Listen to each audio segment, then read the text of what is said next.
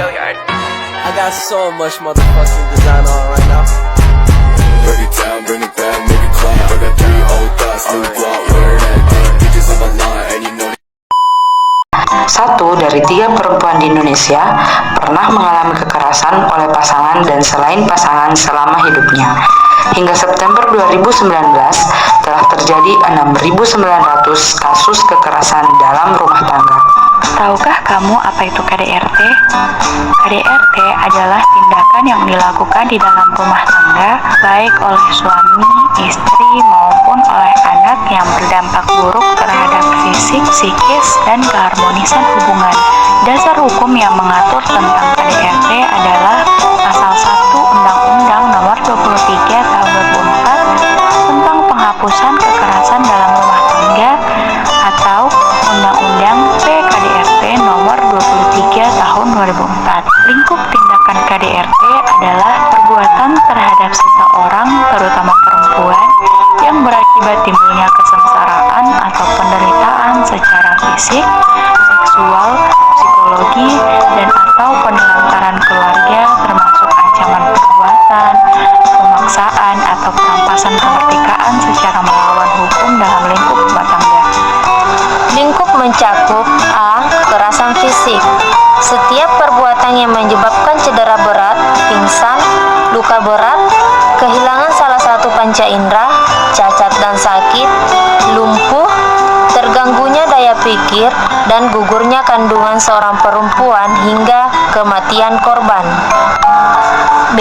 Kekerasan psikologi adalah setiap perbuatan dan ucapan yang mengakibatkan ketakutan, hilangnya percaya diri, hilangnya kemampuan untuk bertindak, dan rasa tidak berdaya pada perempuan. Kemudian kekerasan seksual bisa berupa pemaksaan aktivitas seksual atau menjauhkan dari kebutuhan seksual.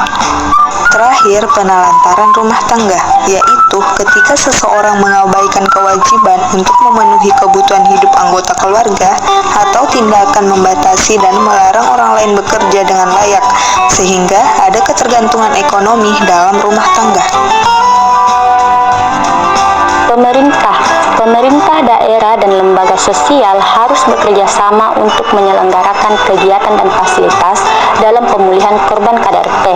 Setelah benar-benar pulih, upaya pemberdayaan korban KDRT perlu dilakukan. Syaratnya, mereka harus benar-benar sembuh dari kekerasan fisik, telah mendapatkan layanan psikis, dan mau memilih bentuk pemberdayaan sesuai kebutuhannya. Korban KDRT, terutama mereka yang ditelantarkan, hidupnya dikuasai oleh orang yang menyisakan trauma. Namun, jika ia melepaskan diri, akan sulit baginya melanjutkan hidup. Perlu dilakukan upaya pemberdayaan ekonomi melalui berbagai program pembekalan dan pelatihan perempuan yang harus dilakukan secara konsisten oleh pemerintah. Didukung oleh program dan kebijakan guna mengembangkan potensi diri korban sampai bisa benar-benar mandiri dan berkelanjutan dengan baik. Sektor prima bisa mendiskusikan melalui penguatan kapasitas dan bantuan yang layak maupun pemberian modal usaha bagi yang perlu melanjutkan jenjang pendidikan.